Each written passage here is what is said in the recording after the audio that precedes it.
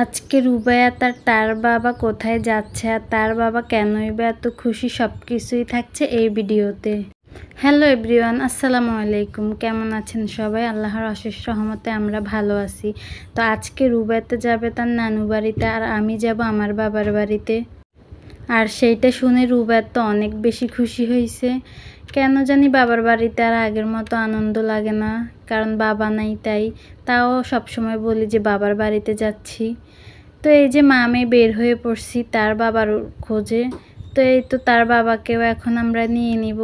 আর এই যে তার বাবাও চলে আসছে।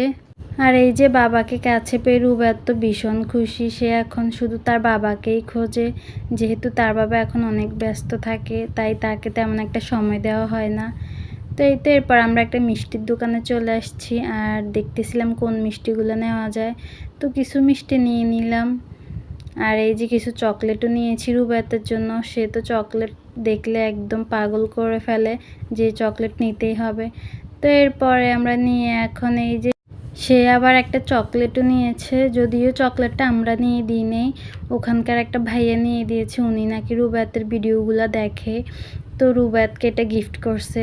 তো এই তো আমরা রওনা দিয়ে দিয়েছি আবার। আর রুবাইয়া তো এত বেশি খুশি, বাবার সাথে এত দুষ্টামি করতেছিল, মাশাল্লাহ মনে হচ্ছে অনেক দিন পর বাবার সাথে বের হয়েছে। আসলেও কিছুদিন থেকে রুবাইয়ার বাবারও সময় হচ্ছে না, কিছুদিন না কিছু মাস থেকেই। তো মেয়েটা এখন বাবাকে কাছে পাইলে এত বেশি খুশি হয়, এই যে বাবার সাথে দুষ্টামি করতে করতে সে ঘুমিয়ে পড়ছে। আর সে গাড়িতে উঠলে তার অনেক বেশি ঘুম আসে। তো এদিকে আমরাও প্রায় চলে আসছি। আর এই যে গ্রামের পরিবেশে আসলেই মনটা কেন জানি অনেক ভালো হয়ে যায়, শুধু দেখতে ইচ্ছে করে, এত সুন্দর লাগছিল, এত ভালো লাগছিল। এই তো বাড়ির প্রায় কাছেই চলে আসছে। আর এখান দিয়ে দেখি সব গাছপালা কেটে একদম ভরাই ফেলছে। এগুলো কেন কাটা হয়েছে আমি আসলে জানি না, তবে দেখি অনেকগুলা গাছই কাটা হয়েছে।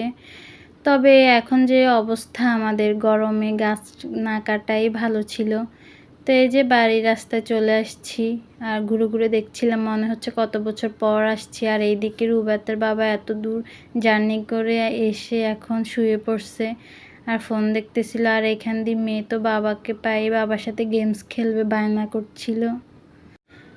তো এরপর উনি হালকা একটু নাস্তা করছে। আর আমি কিন্তু আজকে রোজা রাখছিলাম, তার জন্য আমি গিয়ে ভাত খাইছি। তখন মাগরিবের আজান দিয়ে দিয়েছিল। তো সবার সাথে গল্প করার পর এই তো এখন আমরা আবার বের হয়ে পড়ছি বাসার উদ্দেশ্যে।